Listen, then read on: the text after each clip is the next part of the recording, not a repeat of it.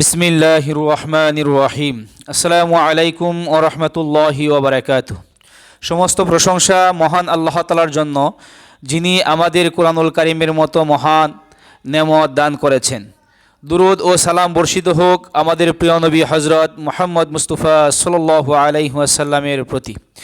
প্রিয় ভাই ও বোনেরা, আপনাদের সবাইকে আমাদের সহজ ও শুদ্ধ কোরআন শিক্ষা কোর্সে আন্তরিক স্বাগতম।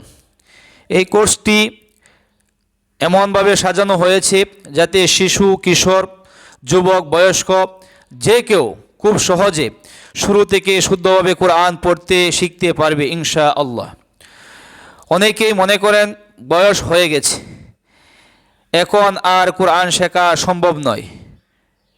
আবার কেউ লজ্জার কারণে শেখা শুরু করতে পারেন না। আমি আপনাদের বলতে চাই, কোরআন শেখার জন্য কোনো নির্দিষ্ট বয়স নেই। যখনই আল্লাহ তাআলা তৌফিক দেন তখন থেকেই শুরু করা উচিত। আমাদের এই 25টি ক্লাস যদি আপনি মনোযোগ দিয়ে ধারাবাহিকভাবে অনুসরণ করেন এবং প্রতিদিন অল্প সময় অনুশীলন করেন, তাহলে ইনশাআল্লাহ খুব অল্প সময়ের মধ্যেই শুদ্ধভাবে কোরআন তেলাওয়াত করতে সক্ষম হবেন। তাই আমার অনুরোধ, একটি ক্লাসও বাদ দেবেন না। প্রতিটি ক্লাস মনোযোগ দিয়ে দেখবেন, বারবার অনুশীলন করবেন এবং পরিবারের সদস্যদেরও শেখার জন্য উৎসাহিত করবেন। আজ আমাদের প্রথম ক্লাস। আজ আমরা শিখব কোরআন পড়ার অত্যন্ত গুরুত্বপূর্ণ 4টি বিষয়। কোনো ব্যক্তি যদি 5টি বিষয় শিখতে পারে তাহলে সে কোরআনুল কারীম শুদ্ধভাবে পড়তে পারবে। 5টি বিষয় কি? 1 নাম্বার হচ্ছে অক্ষর পরিচয়, 2 নাম্বার হচ্ছে হারকাত, 3 নাম্বার হচ্ছে তানবিন, 3 নাম্বার কি? তানবিন। 4 নাম্বার সাকিন, 5 নাম্বার তাসদীদ। এই 5টি বিষয় যদি কোনো ব্যক্তি শিখতে পারে তাহলে সে শুদ্ধভাবে কোরআনুল কারীম পড়তে পারবে। আমি আপনাদেরকে একটা প্রশ্ন করি, পবিত্র 30 পারা কোরআনুল কারীম যে আছে, এখানে কি 29টা অক্ষরের বাহিরে কোনো অক্ষর আছে? নাই। আল্লাহ পাক রব্বুল আলামিন পবিত্র 30 পারা কোরআনুল কারীমকে 29টা অক্ষর দিয়ে সাজাইছেন। এই 29টা অক্ষরের উপরে নিচে হয়তো 1 জবর, 1 জের, 1 পেশ, 2 জবর, 2 জের, 2 পেশ, সাকিন, তাসদীদ। এর বাহিরে কিন্তু কিছুই নাই। কোরআনের সাথে আমাদের সম্পর্ক না থাকার কারণে, কোরআন সহজভাবে না পড়ার কারণে কোরআন আমাদের কাছে অনেক কঠিন মনে হয়। কথা ঠিক বললাম না? ঠিক বললাম। ঠিক। তে আমরা যদি 5টি বিষয় জানতে পারি তাহলে আমরা কোরআনুল কারীম শুদ্ধভাবে পড়তে পারবো। 1 নাম্বার বিষয় হচ্ছে অক্ষর পরিচয়। আলিফ থেকে এ পর্যন্ত আপনার অক্ষরগুলো ভালোভাবে শিখতে হবে। আলিফ কোনটা?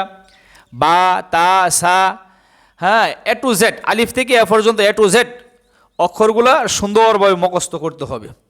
2 নম্বর বিষয় হচ্ছে হারকাত। দেখেন, হারকাত কাকে বলে? হরফের উপরে যদি এরকম টান থাকে, এই দেখেন এরকম কোনাকুনি টান থাকে, তার নাম হচ্ছে জবর। তার নাম কি? জবর। এই টানটা যদি হরফের নিচে চলে আসে তার নাম হচ্ছে জের। তার নাম কি? জের। এই টানটার উপরের মাথা গুলোলে তার নাম পেশ। বলেন জবর, বলেন জবর। জের, পেশ, জবর, জের, পেশ। জবর, জের, পেশকে হারকাত বলা হয়। আর হারকাতের উচ্চারণ তাড়াতাড়ি পড়তে হয়।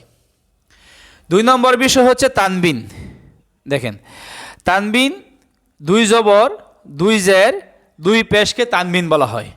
বলেন 2 জবর, 2 জবর, 2 জের, আবার বলেন 2 জের, বলেন 2 পেশ। 2 জবর, 2 জের, 2 পেশকে তানবিন বলে।